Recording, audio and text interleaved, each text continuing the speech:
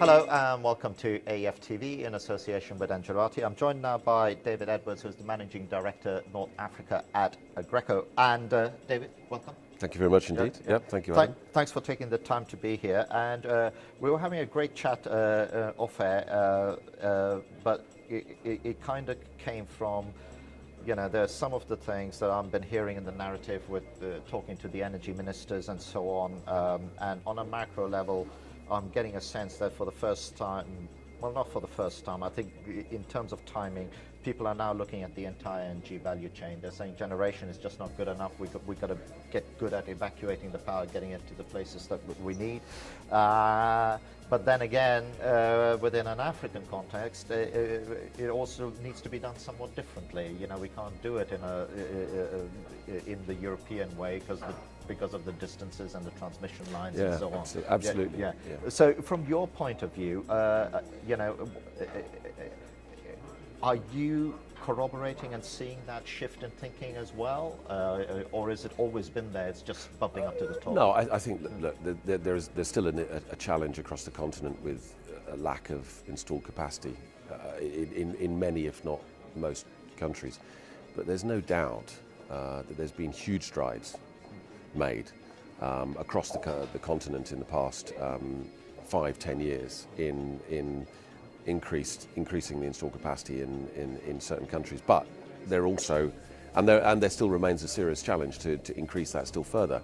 I think we were discussing there's 625 million people in Africa with no power at all. So clearly there's a huge latent demand there and a lack of installed capacity. But there has been a significant investment in that capacity. And I think there's now a shift, or there's an emphasis to get that to the right places. Although the continent, I think you could say it's urbanizing at a pace.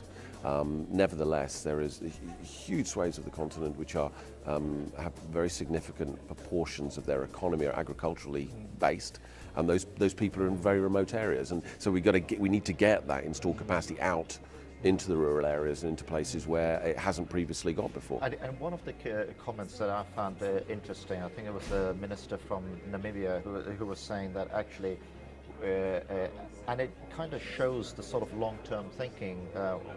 He was saying that we're seeing this urbanization trend. You know, we're seeing this influx to cities, but actually, you know, we need to be mindful of that and make sure why that's happening. And it's happening because that's where the power is, that's where the action is. So but we don't want this to be some sort of macro trend, because otherwise you have the same sort of situation that you have in China, that, you know, everybody's in the cities, but you know, the production of your normal goods aren't. So there's this real desire to get the power to where it's needed. And what I find interesting is that a lot of people are talking about, you know, microgrids, and that's the way to go. Absolutely. Yeah. I mean, the sheer scale of Africa is it's awe-inspiring.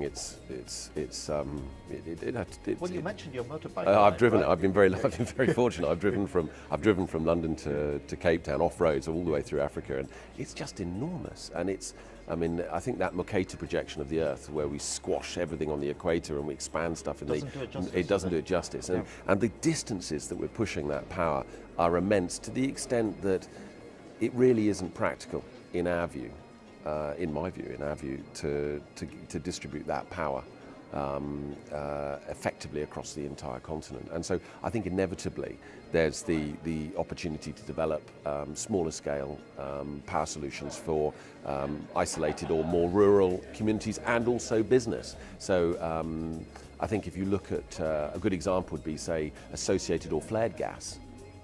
You've got uneconomical pockets of associated and flared gas in large portions of the continent, in the oil-producing areas, which could be harnessed and monetized for a rig or a camp or a small town or a small community, rather than doing what we're doing now, which is either leaving it there or just flaring it.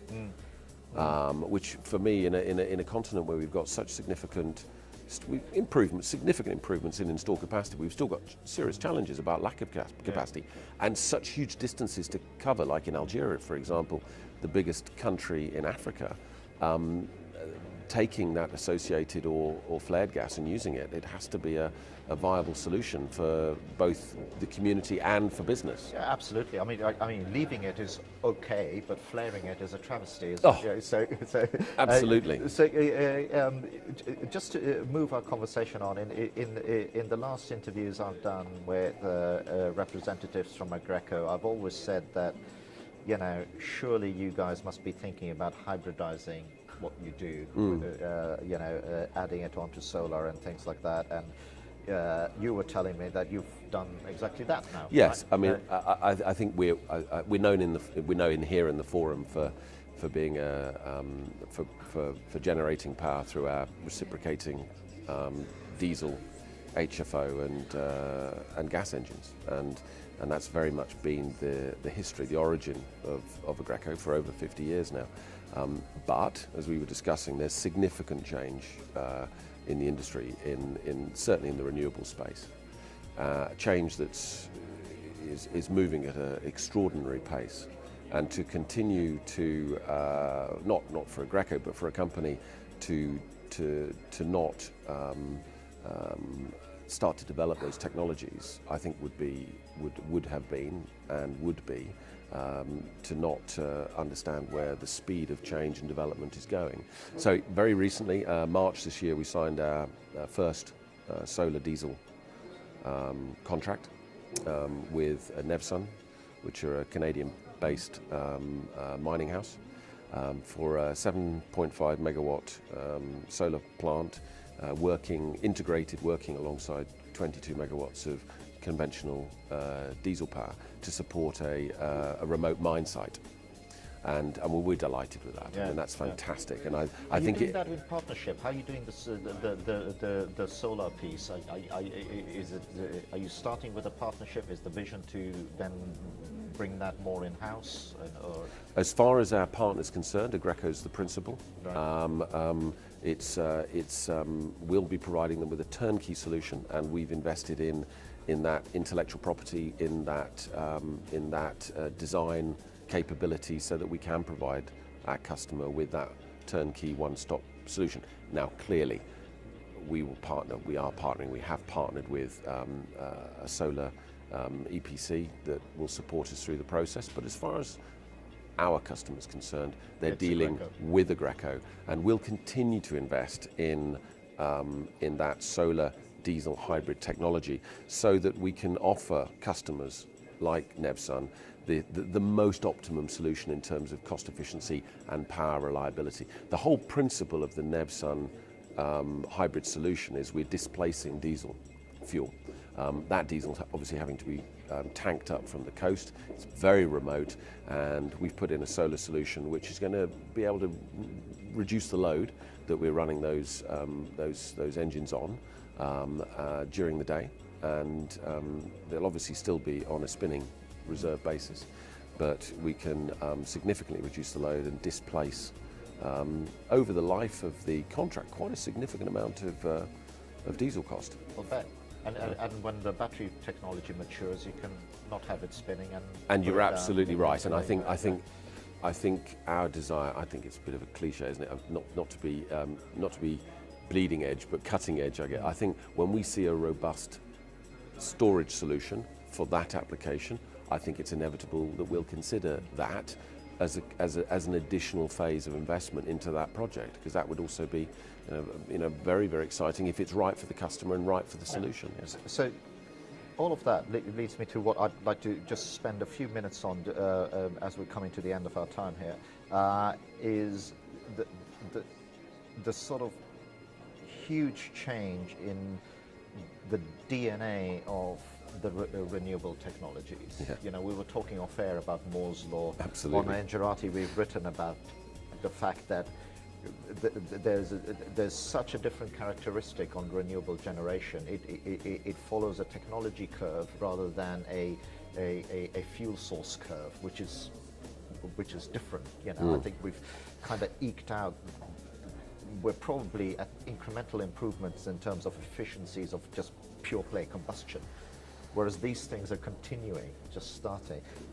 Is that your view as well? Is that what you're seeing? Our view is that there will be the need for the Aggreko thermal energy for the foreseeable future. But there's no doubt that the advancements that we see in solar, in wind, in storage technology is going to play an increasing complementary role to the solutions that we provide for people. And I don't know, we were trying to remember what the name of the Moore's law equivalent in the power industry was, but I think the point is we are in a similar position where we have an exponential increase in the efficiency of that technology. An 80% reduction in utility scale solar price in 6 years is extraordinary. I was seeking a definition of what Moore's law actually is, and you can feel it happening within the power sector, which is each generation of technology starts from a position that's slightly further forward than the one previously, and then it reaches a tipping point, and then the increase of advancement becomes exponential. And you can see that in some of the solar technology and some of the solar solutions that are available here at the forum today. So to reiterate, we think that again the Aggreko solution will be in its present form around for the foreseeable future, but with an increasing drive towards hybridizing with other forms of technology to give the best cost solution, the cheapest power that's reliable for our customers. And that's the anchor, isn't it? It's not just about, buy a gas turbine or a diesel turbine. No, the customer just says, what's the cheapest, most reliable solution? And also, I tell you what's interesting at the moment, not just that, the customer also has to look at technology redundancy, because things are moving so fast. Right. There are mobile gas engines today available that are more efficient than large-scale static applications that were installed 15 years ago. So do I spend all that money on a large, more conventional piece of technology, or do I forecast forward where the technology is going, and do I maybe look at usership rather than ownership to insulate myself from that advancement in technology? That must be a completely different way of thinking for this sector, isn't it? Because it's Absolutely. been fairly reliable up until now to predict forward. But yeah, I mean, it's gone. The best analogy I always think is that I said our mobile phones. I mean, these things change every 24 months. If you have teenage children like I do, you used to have a constant series of requests to replace your phone because it's no longer the most up-to-date or modern thing, and it can't do certain things. I think power's it's an interesting one. It might be better at this period of very rapid technological change to consider different commercial structures, usership rather than ownership, because you can get into a very long-term contract and find that technology is bypassed pretty quickly. Power as a service. Absolutely. So rather like you contract hire your phone, you don't buy it, you contract hire it. It's an interesting one. Of course, I'm going to say that's very much Aggreko's model, and I get that.